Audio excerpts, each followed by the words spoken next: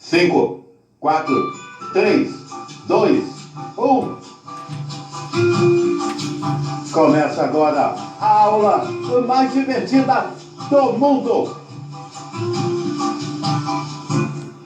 Vou te contar, os olhos já não podem ver coisas que só o coração pode entender. E quem pediu a música de hoje foi Débora Monteiro. Ela entrou aqui, no canal do professor Cláudio Neto no YouTube, que inclusive estamos comemorando 5.837 visualizações, e ela escolheu esta música. Tá aí, Débora Monteiro, a música que você escolheu.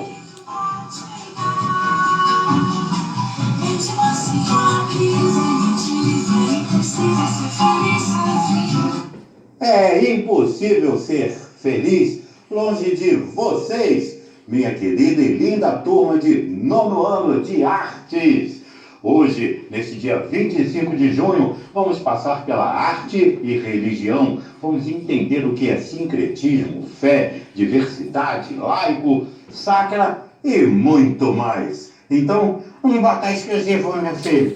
Dá trabalho para fazer.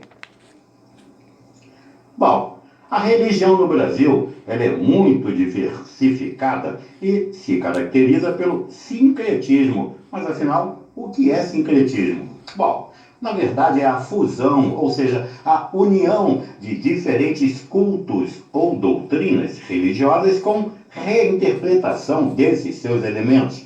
O que chamamos de diversidade cultural refere-se aos diferentes costumes de uma sociedade, entre os quais podemos citar a roupa, a comida, as manifestações religiosas, suas tradições, entre outras coisas. Já a diversidade religiosa ela é representada pela grande variedade de religiões presentes em todo o mundo. Na prática, a diversidade religiosa é vista quando encontramos diferentes templos religiosos, com crenças diferentes em uma determinada cidade. O Brasil, por conter um extenso território, apresenta grandes diferenças de clima, de economia, social, cultural, enfim. A nossa Constituição Federal prevê a liberdade de religião e a Igreja e o Estado estão oficialmente separados. E é por isso que podemos dizer que o Brasil é um Estado laico.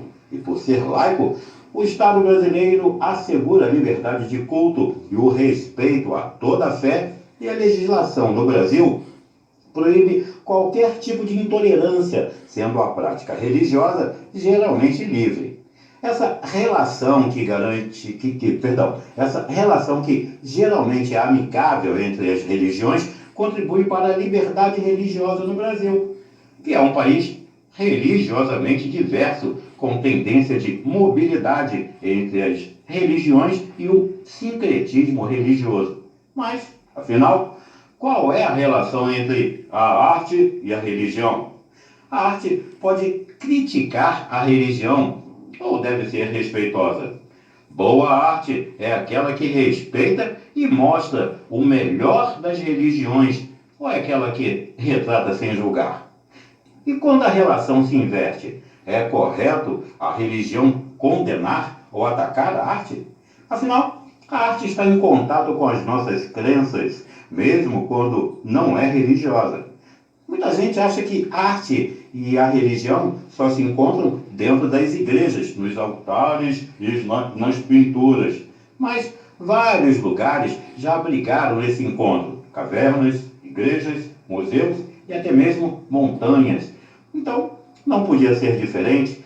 Todas fazem parte do que é ser humano. Recentemente, exposições que levantaram essas questões foram criticadas por uns e louvadas por outros. E, afinal, qual é a relação entre arte e religião? Bom, espirituosidade e expressão artística, às vezes elas se confundem nesse chamado alvorecer da experiência humana. Em certa medida, o ser humano é algo caracterizado por essas duas dimensões, porque ambas são formas de se demonstrar a consciência do que está ao redor de si mesmo, e elas são formas de comunicação. Às vezes, comunicação direta entre emissor e receptor. A Bíblia e os demais livros, considerados por muitos como sagrados, são formas de transmitir mensagens. Assim também são algumas obras de arte. Até a Idade Moderna, em alguns lugares até hoje, a maior parte da população era analfabeta. Por conta disso, as imagens eram excelentes formas de comunicação. Um bom exemplo disso é a iconografia católica, os atributos visuais de cada dogma, conceito e entidade da religião. Se perguntarem quem é um cavaleiro montado que ataca um dragão com uma lança, aqui no Brasil, sem dúvida alguma, todo mundo vai dizer São Jorge. E se dissermos um homem crucificado? Praticamente no mundo inteiro vão dizer Jesus Cristo. É muito interessante observar alguns filmes que tratam alguns assuntos bem interessantes. Como, por exemplo, uma vez eu vi um chamado A Vida de Brian, do Monty Python. Ele brinca com essa arte religiosa. Nessa história, um conterrâneo que nasce no mesmo dia que Jesus passa a vida inteira sendo confundido com ele. A arte já foi muito utilizada para representar crenças, mesmo muito antes do cristianismo surgir. Muitos pesquisadores acreditavam que as pinturas rupestres são religiosas e tinham motivos espirituais, inclusive, mas que ajudar a representar os atributos de alguma determinada crença, a arte tem particularidades que ajudam a aproximá-la da religião. Por exemplo, algumas dessas pinturas rupestres são geometrias abstratas. Por mais que se pareça que não representam nada, elas podem indicar conceitos através da repetição ou transformação de elementos desenhados. Então nós percebemos que, enquanto um profeta é mortal, a sua obra pode ser imortal, pode durar para sempre. Esse é um dos motes para a construção dos monumentos do Egito Antigo, como as pirâmides e a esfinge. Sendo imortais como a alma, as obras transmitiriam para sempre a história, a crença e os atributos dos profetas e seus monarcas. Mas nem sempre a proximidade entre arte e religião quer dizer concordância. Às vezes, um dos principais atributos da arte se vira contra a religião, a criticidade. Nesses casos, a arte pode ser até antirreligiosa. A arte pode utilizar imagens da religião para dialogar sobre ela, muitas vezes sem querer desrespeitá-la. A arte sacra, ela representa uma forma de manifestação artística que está intimamente relacionada com a religiosidade e o sagrado. Temos que lembrar que a arte sacra, da mesma forma que outras manifestações artísticas, é um reflexo da história e cultura, construída com o intuito de embelezar e trazer à tona a essência humana. Bom, a arte religiosa, ela reúne obras artísticas de cunho religioso, representada por esculturas de santos, pinturas de passagem bíblica, e essas manifestações geralmente estão fora dos lugares de culto e rituais religiosos. A arte sacra, essas obras têm teor religioso, que, entretanto, estão relacionadas aos rituais, com função de ornar os locais em que os ritos e celebrações religiosas ocorrem, envolvendo assim as sensações de religiosidade e fé dos fiéis envolvidos, mediados por um ambiente sagrado chamado de espaço litúrgico. Se está inserida num local relacionado aos cultos sagrados, ela é considerada uma arte sacra.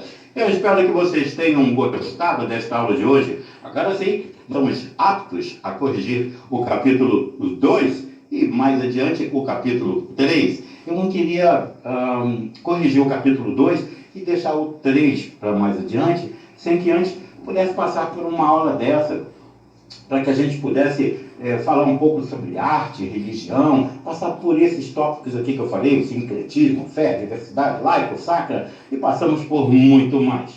Então, não se esquecendo que nós estamos em quarentena, nós não estamos em férias, eu peço mais uma vez, pode parecer insistência, mas eu peço mais uma vez, tenham muito amor, muito carinho, muita paciência com todos que estão ao seu redor. não se esqueçam que tudo passa, tudo passará. E quando tudo isso passar, nós estaremos juntinhos para mais uma aula incrível e maravilhosa do professor Cláudio Neto. Como eu costumo dizer, a aula mais divertida do mundo.